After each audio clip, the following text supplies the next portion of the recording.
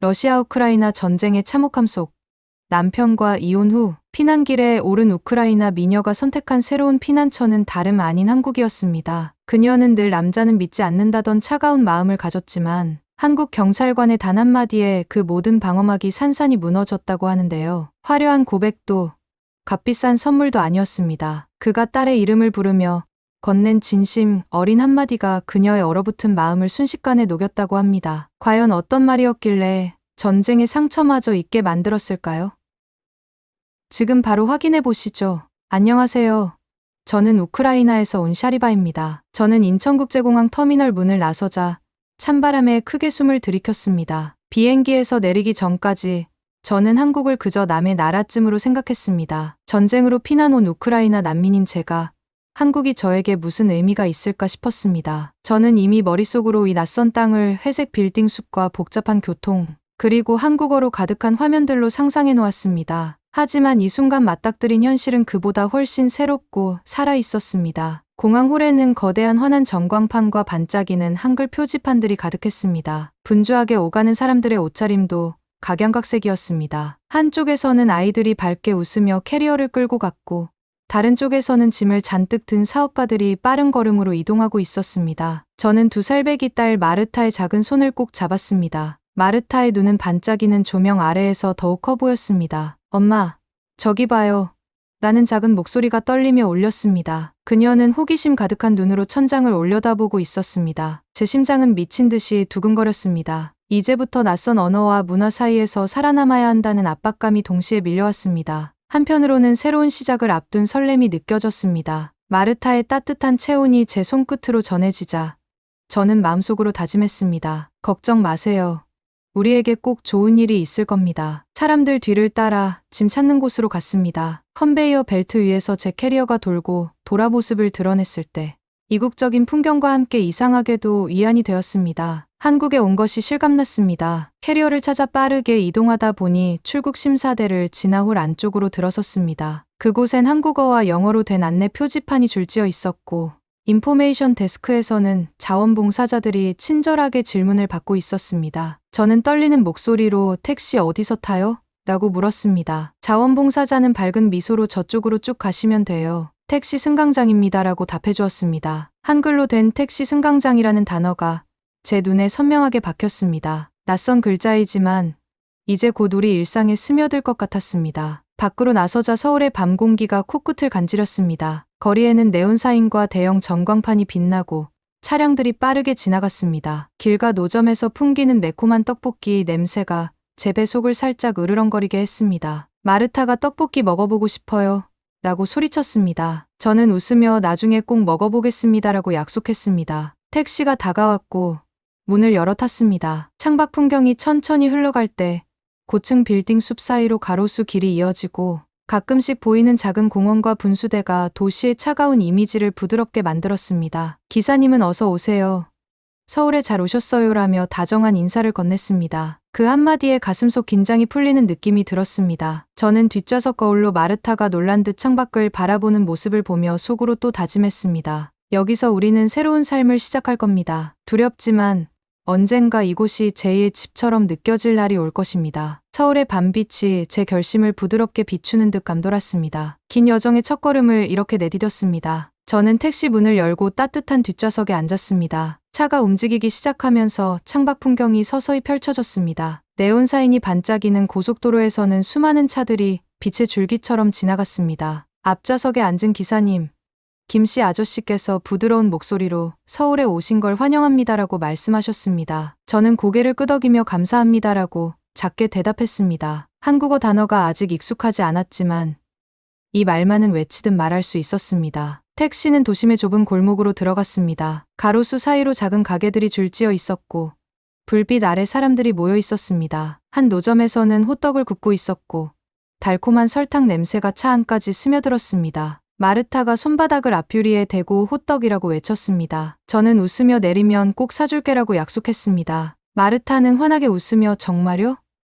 하고 물었고 저는 고개를 크게 끄덕였습니다. 조금 더 가니 우리가 머물게 될 게스트하우스 앞에 도착했습니다. 작은 간판에 영어와 한글로 웰컴 코리아라고 적혀 있었습니다. 우리는 짐을 내리고 낮은 계단을 올라 건물 안으로 들어갔습니다. 현관문을 열자 따뜻한 조명이 우리를 반겼습니다. 나무로 만든 책장에는 한국어 교재와 안내 책자가 가지런히 놓여 있었습니다. 옆에는 아담한 소파가 있었고 벽에는 한국 전통 문양이 그려진 액자가 걸려 있었습니다. 프론트 데스크 뒤에는 젊은 여성 수진 씨께서 앉아 계셨습니다. 그녀는 환한 미소로 어서 오세요. 체크인 도와드릴까요? 하고 물으셨습니다. 저는 여권과 예약 확인서를 건네며 떨리는 목소리로 네, 체크인 부탁드립니다라고 말씀드렸습니다. 수진 씨께서 친절하게 설명해 주셨습니다. 이 방은 3층에 있어요. 엘리베이터 오른쪽 문을 이용하시면 됩니다. 이쪽이 공용 주방이고 저쪽에 세탁실이 있어요. 저는 하나하나 고개를 끄덕이며 마음속에 새겼습니다. 방으로 올라가는 복도는 아담하고 밝았습니다. 벽에는 한국의 계절별 풍경 사진이 걸려 있었는데 그중 벚꽃이 흐드러진 모습이 가장 눈에 들어왔습니다. 승강기 안에서 마르타가 한국에는 정말 벚꽃이 많네요?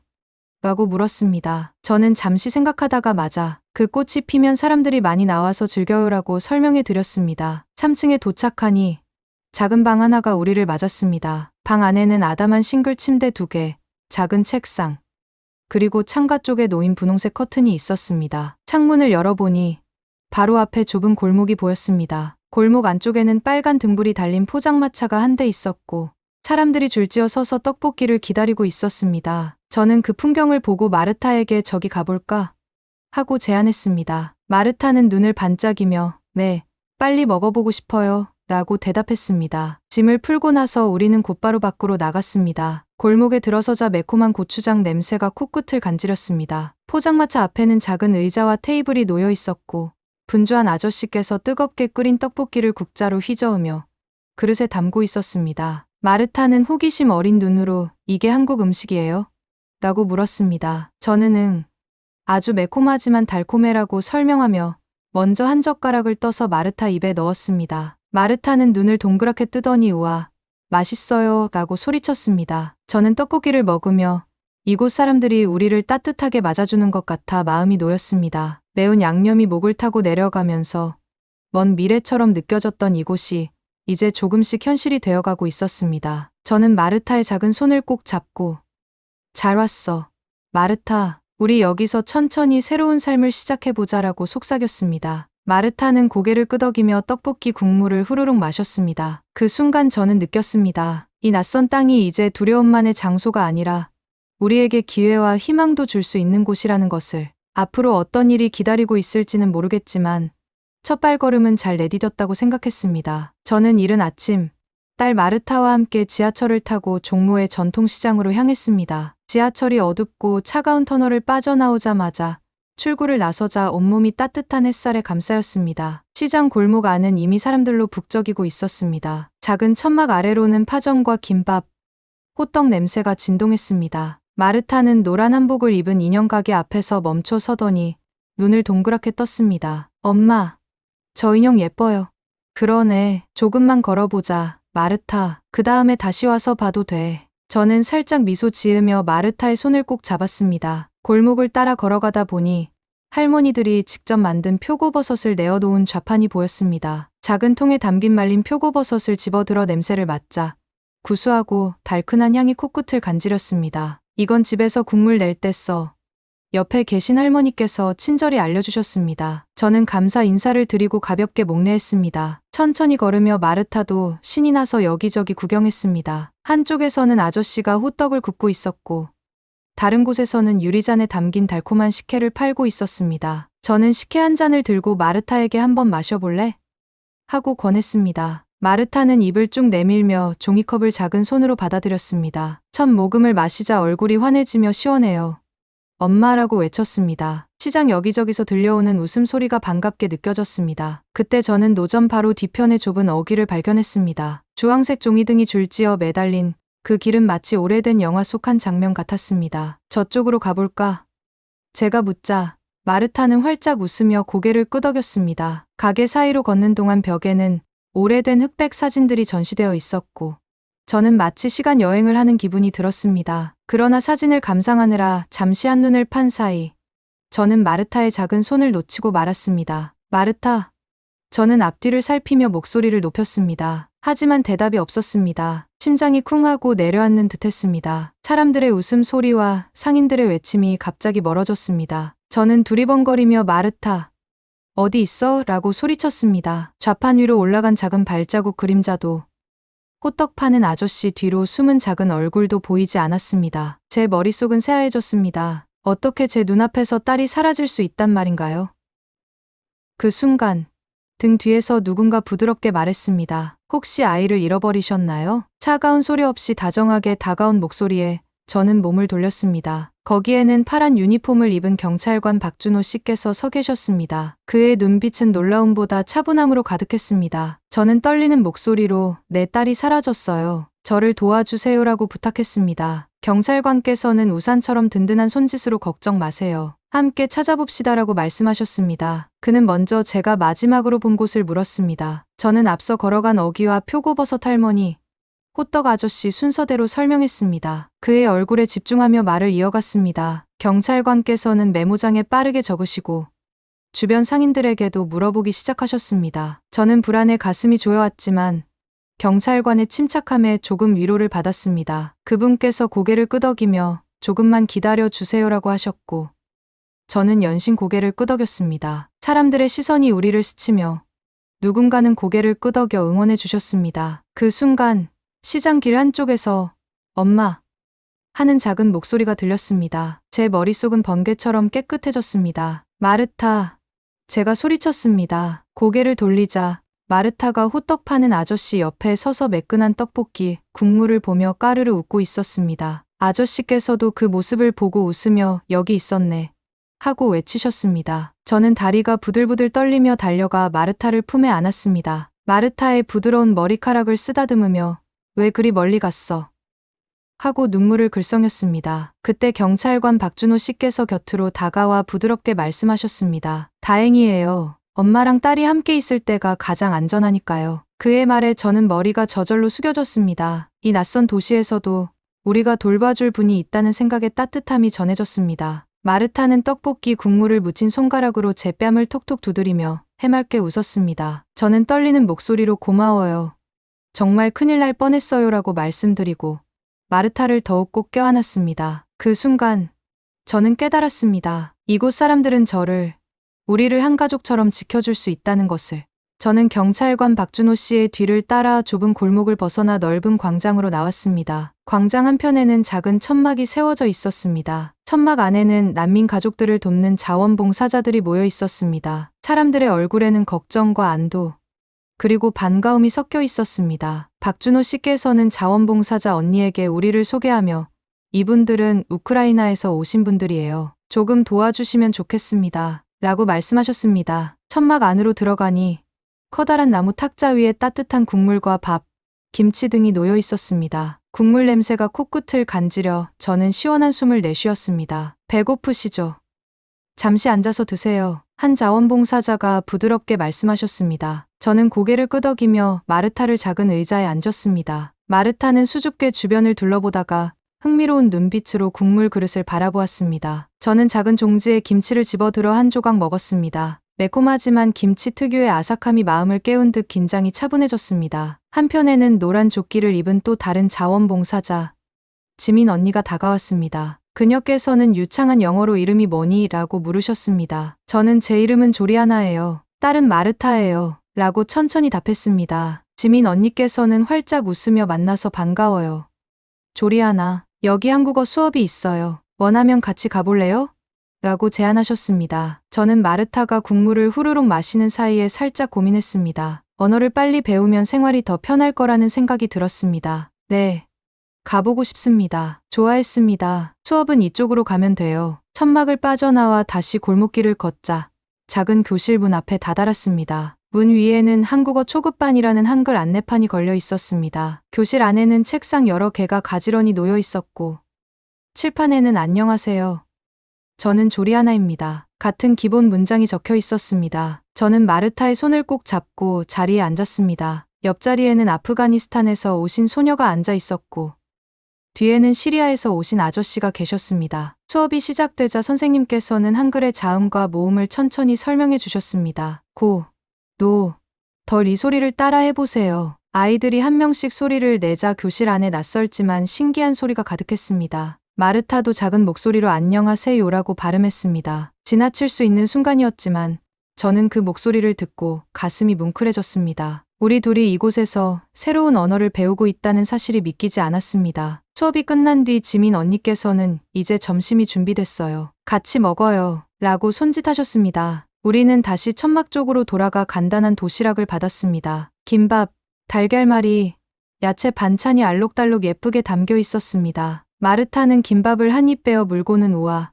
맛있어요. 라고 신나게 말했습니다. 저는 미소를 지으며 맞아요. 한국 김밥은 깔끔하고 달콤해요. 라고 설명해 드렸습니다. 밥을 다 먹고 나니 제 마음속에는 새로운 결심이 생겼습니다. 이곳에서 저는 우리 딸에게 안전한 삶을 가르쳐 줄 거예요. 한국어를 배우고 이웃들과 어울리며 언젠가 우리도 다른 사람을 도울 수 있는 날이 올 거예요. 마르타가 제 손을 꼭 잡고 고개를 들어 제 얼굴을 바라보았습니다. 그녀의 눈빛에는 호기심과 설렘이 담겨 있었습니다. 저는 자신있게 웃으며 속으로 말했습니다. 그래요.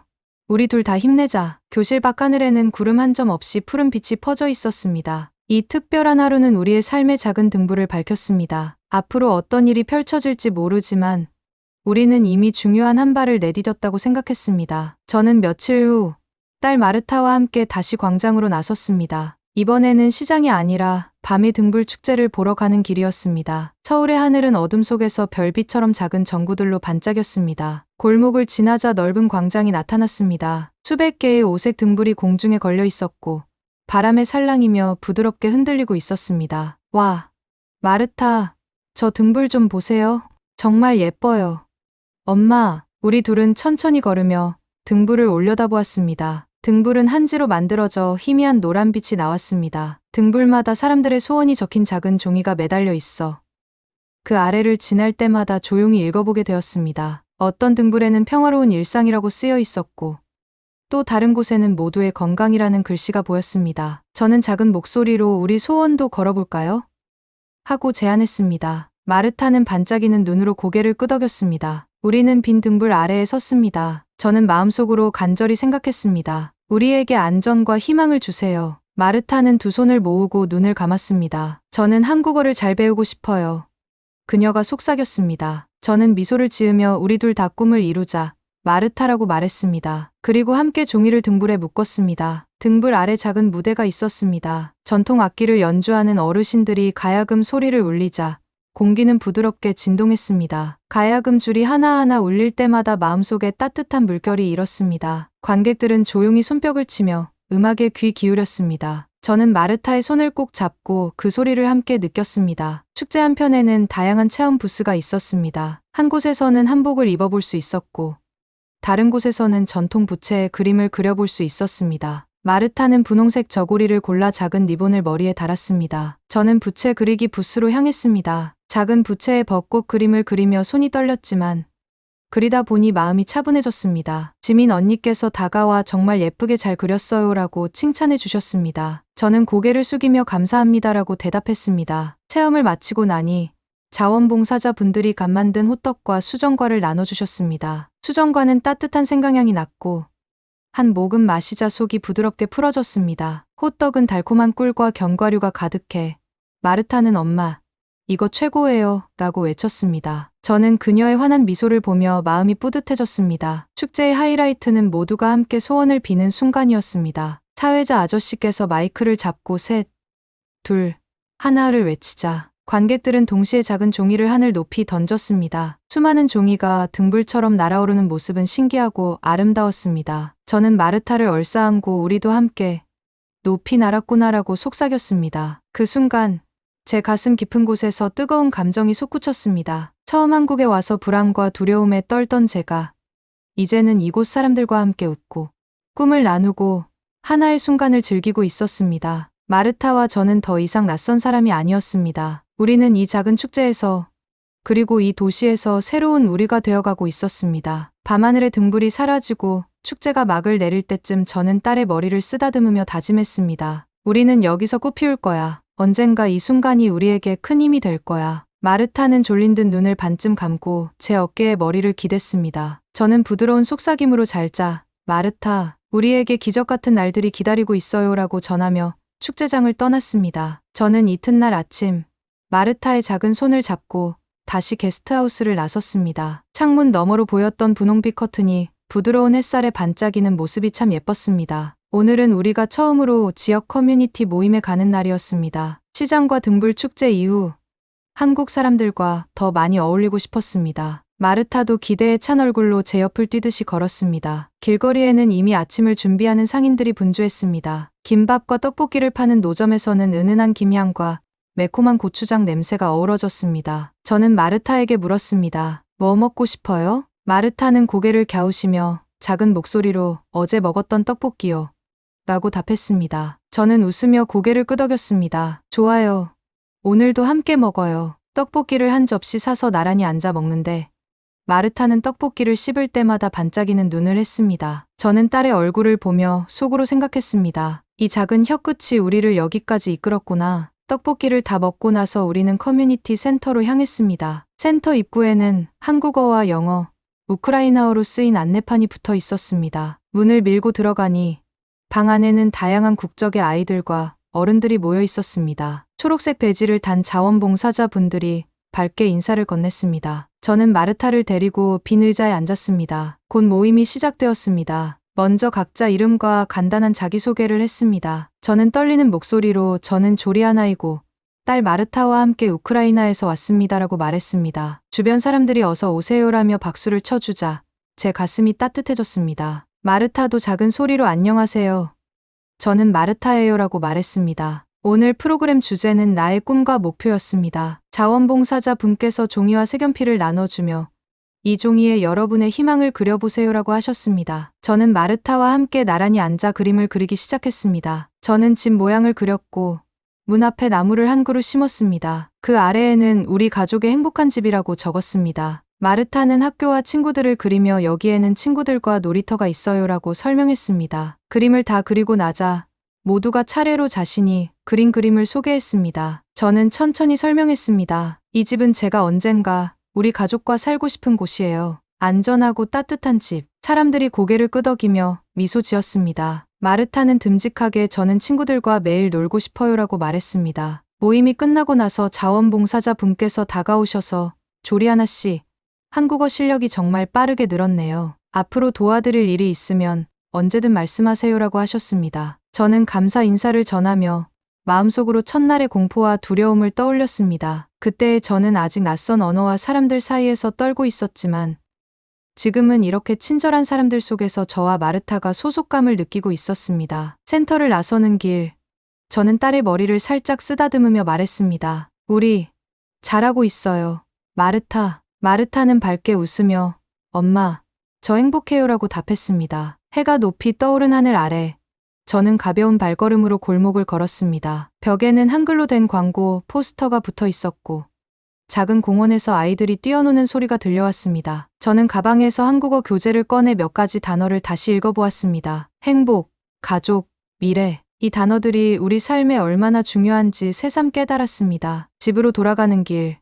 저는 마음 깊은 곳에서 조용한 다짐을 했습니다. 우리는 이곳에서 뿌리 내릴 거예요. 작은 두려움에 흔들리지 않고 희망과 용기를 키워갈 거예요. 마르타와 손을 맞잡고 우리 둘만의 새로운 여정이 지금 시작되었음을 느꼈습니다. 오늘의 이야기 어떠셨나요? 여러분은 이 여정에서 어떤 순간이 가장 인상 깊으셨나요? 댓글로 함께 나눠주세요. 앞으로도 더 많은 감동과 희망의 순간을 전해드리려면 구독과 좋아요를 눌러주시고 주변에도 이 이야기를 공유해주시면 큰 힘이 되겠습니다. 우리 모두가 서로의 경험을 통해 더 넓은 세상을 이해할 수 있기를 바라며 오늘도 함께 해주셔서 진심으로 감사드립니다.